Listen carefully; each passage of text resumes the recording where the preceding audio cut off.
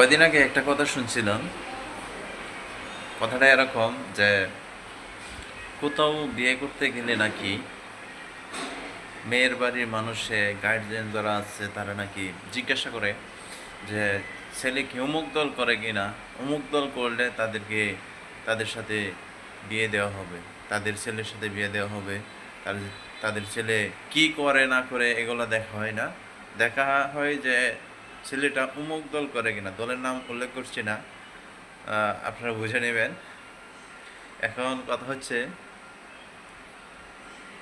কদিন আগে আমাদের এক ভাই ঢাকা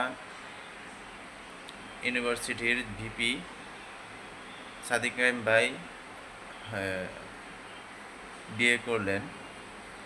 তো তো সেই ভাই বিয়ে করার মধ্যে অনেক আনন্দ উল্লাস, অনেক লোকই আসছে, দাওয়াত খাইছে, সরকারি দল বিরোধী দল সব কিছুই ওইখানে। প্রায় অনেক লোককে দেখলাম আর কি, যে ভিডিওতে আর কি যতটুকু দেখা সম্ভব হয়েছে অনেককেই দেখলাম। অনেকেরে ইনভাইট করছে, দাওয়াত করছে, খাওয়া দাওয়া হয়েছে, আড্ডা হয়েছে।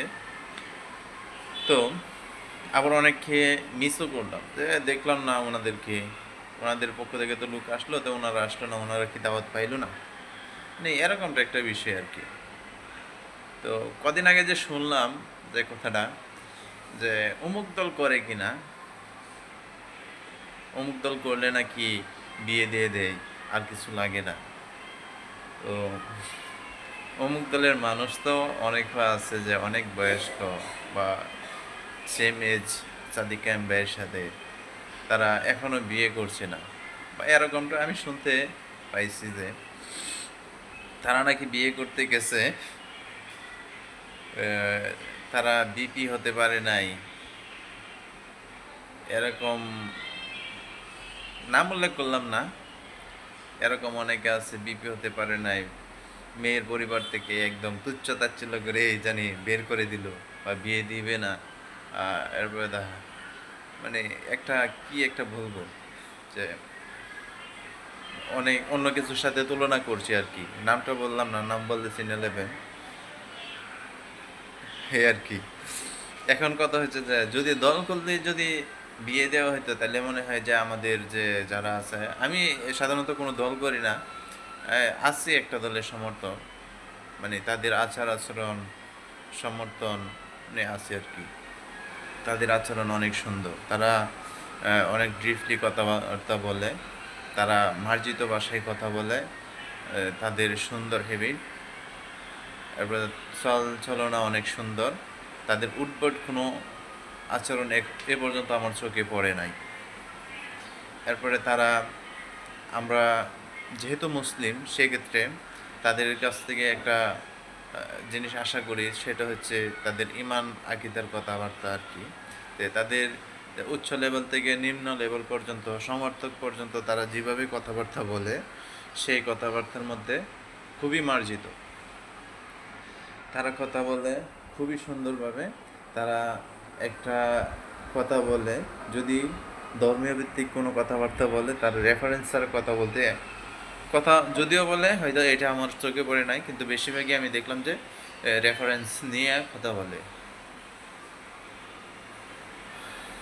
এই আর কি। আমাদের সাবেক শিবির সভাপতি, তারপরে তো বর্তমান সভাপতি দায়িত্বরত যিনি আছেন, উনি দেখলাম যে সুন্দর রেফারেন্স নিয়ে কথা বলে।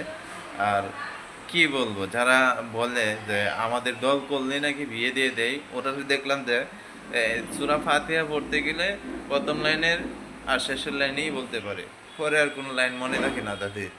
এই আর কি অবস্থা। আর কি বলবো, আপনারা বুঝতে পারছেন ওই বিষয়ে।